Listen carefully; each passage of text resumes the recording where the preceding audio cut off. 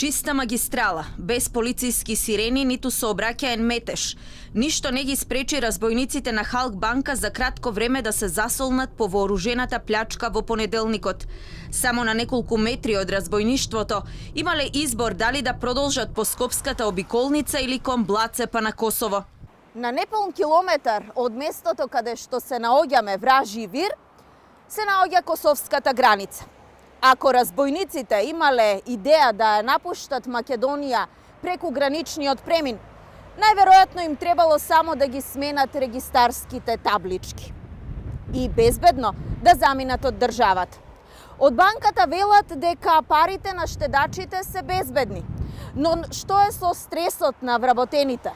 Нималку пријатно не е да бидете мета на репетиран калашников.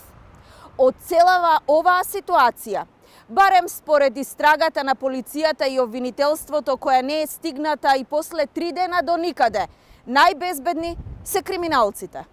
Официјално, полицијата во понеделникот излезе со 3 реченици за вооружениот грабеж и тука се застана. Не се знае дали разбойниците се пребегани на Косово или останале во Македонија. Засега нема ниту осомничени, ниту приведени. Дали воопшто имало потера? Дали била информирана косовската полиција за вооружената банда, нема официјална информација ниту од косовска, ниту од македонска страна.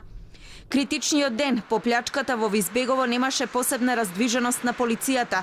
Неколку инспектори вршеа увид во експозитурата, но ништо не оставаше впечаток дека има потера по група вооружена со автоматско оружје. Од полицијата и обвинителството немаат детали за истрагата, уверуваат дека работат на случајот, но јавноста има впечаток дека во недостиг на докази се чека да помине време за се да се заборави.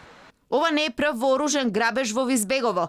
Изминативе 2 месеци на потек од 200 метри, исто со оружје, беа ограбени бензинска именувачница.